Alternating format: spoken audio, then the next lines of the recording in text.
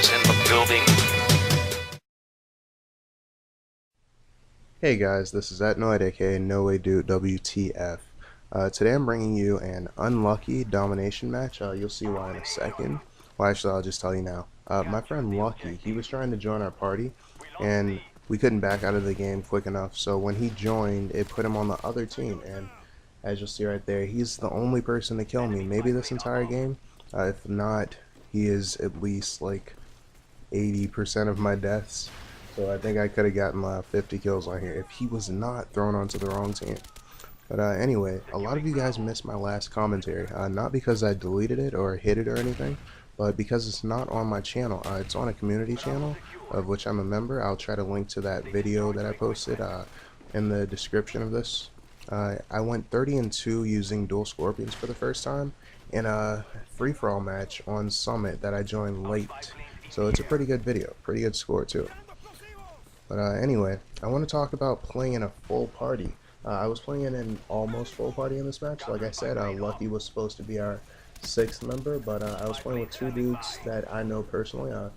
Business only, I think that might be his name on GameFAQs, and Ragnarok. He's Oblivion on GameFAQs. But anyway, both of those guys are beasts, and either Biz or Ragnarok invited the other 2 guys, the Level 50 and Ravenclaw or whatever.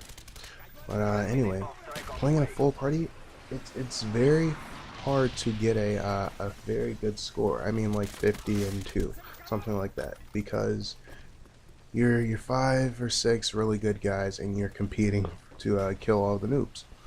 Well, you're gonna see something like 20-2, like across the board. I mean, maybe with the exception of like a guy who was like 40-3 at the end. But it's just really hard, and I want to talk about that for I don't know, a second or two. That's not the point of this commentary, but I'll just briefly go over that. You see a lot of guys like X-Jaws and C-Nanners get like 50 kills in a regular team deathmatch. It's not just because they're good, which they are. They're both very skilled. Congrats to X-Jaws for winning that $10,000 and whatever in the last tournament.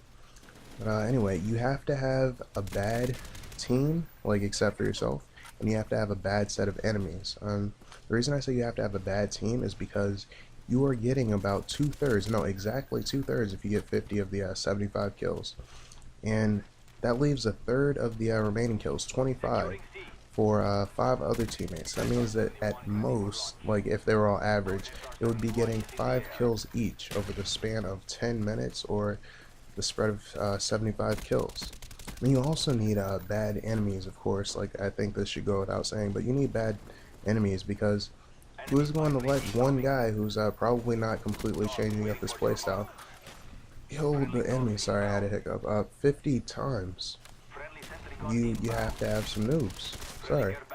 I mean, I had a 52-4, I want to say, kill game, and there was a freaking connection interrupted. That game actually got connection interrupted a few times. I was really hoping that, you know, it wouldn't screw up at the end, but I had 40-something kills when it had a connection interrupted the first time, because of course somebody's going to leave when I'm on my second set of dogs. And then the same thing happened. As soon as it came back, I got a couple more kills. It was at 50 something. I think it was 52. I swear it was 51 or 2. But anyway, it got connection interrupted and just ended the game. And of course, it's not in my recent games, so I can't show you guys that. That really ticked me off. A couple of guys had mentioned that that happened to them. Anyway, I'm kind of going on about something that's not important. In this video, I want to talk about, I don't know, I want to give a basic overview of how to play Domination. Well, at least how I play Domination, since it's been working for me. My first Prestige through the 14th, I think I'm at 14th right now. Whatever is not skulls, but also really high, and where you can get all the gold guns. The first method is when I'm in a party. If you guys are coordinated and you know, you're really good and confident in each other, then you really just want to leave a motion sensor or claymore near A. You don't really want to waste your time defending that, but you kind of want to stay, I don't know, at least have one guy like in between A and B constantly. But you want to focus on getting and keeping the B flag. As you'll see in this video, as you've seen already, I rushed right towards B. I was kind of late in getting to the lobby, so I didn't even get a chance to get A if I wanted it. And you just want to leave two people to constantly protect it. That B house, most maps actually have a B house. If you can invade that B house and keep it, then you're gold. You're good. Uh, but what you want to do, well, basically what I want to do, is try to get some kills. I mean, like, I'm not gonna say I'm a kill whore, but I like getting my doggies. So I go around the C flag without trying to flip the spawn, but luckily in Villa, the C spawn spread is very wide, so I didn't really need to worry about that too much. What you want to do is pick off people trying to rush towards B. You want to pick off snipers and campers, of course. However, like I said, you don't want to get too close if you're on a map like Grid or Summit or whatever, because you'll flip the spawn and end up letting them easily cap A or B. You don't want that unless you're at like 150 and they have maybe 10, then maybe you do want them to triple cap just so you can get some more kills. I know some people who do that. But anyway, the other method is if you're by yourself. It's going to be really hard if your teammates are kind of slacking, especially if you're up against a full clan or a really good team. What you want to do is try to protect the B flag as much as possible, but to not just retardedly hop on it when you know for a fact that the enemies are near you and that you have no way of killing them all. And, you know, if you're the only one going for the flag, it's probably not a good idea to just run out to B. But anyway, it also helps if you have a headset and you haven't been yelling at your teammates so they haven't muted you. Because chances are that a few of them won't have muted you. Some people actually just join the lobby and mute everyone because they think they're a beast and they don't need to listen to anyone. I hate people like that. But anyway, by then you'll be able to tell a couple of guys where to go and not to go. Like, you don't want to be a boss, but you want to tell them, like, oh, if there's a bunch of enemies going to A, protect A. Or, oh, there's a bunch of enemies going for A, let's rush B while they're trying to be kill horse. But right now, I'm actually staying at someone else's house for the weekend right before I leave for the Bahamas tomorrow, and I tried to record a couple of games since I know this might be the last time I play on an HD TV for a while. I don't think I'll be able to over the Bahamas, meaning I won't be able to record my games with my HD PVR. I tried playing last night, so I got a few good games in the beginning, but then I had one bar, and when I went to investigate, it seemed that someone was downloading and watching Secret Life episodes.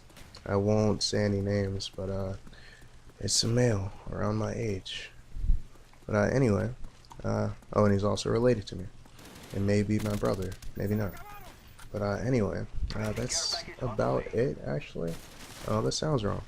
Actually, I did want to talk about a few new series ideas I wanted to see if you guys would be interested in. Obviously, I can't do all of them, but I wanted to see which ones you guys would be more interested in. The first idea I had called the No Way Dude, What the, and you know the rest series. Would be a compilation of some insane deaths, glitches, and whatever else has made me say or think my YouTube username out loud, like in the middle of the game. Another idea I had was a kind of Inside the Mind of series where I talk about the game as if I was either an evil person or a gay guy. Now hopefully that doesn't offend anyone, but those are the two voices I do particularly well according to all my friends and former classmates. So in a message or comment, let me know which one you guys would prefer, if either of them. But as always, don't forget to like or dislike the video, comment or subscribe if you haven't already, and you'd like to see some more from me. Thanks guys, that's it.